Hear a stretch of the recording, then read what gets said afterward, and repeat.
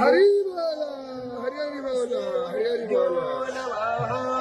हरे हे ओम नीलाद्रिनाथं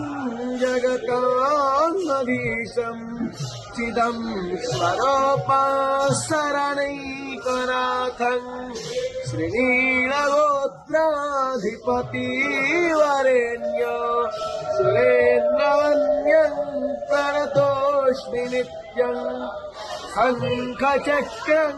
सकिरीटकुण्डलम् सपीतवस्त्रं शरशिरोभक्षणं सहारवक्षस्थलकौस्तुभस्त्रियं नमामि विष्णो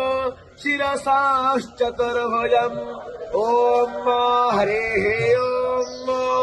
नेमाधोमत्पिन्मानः मा जीवः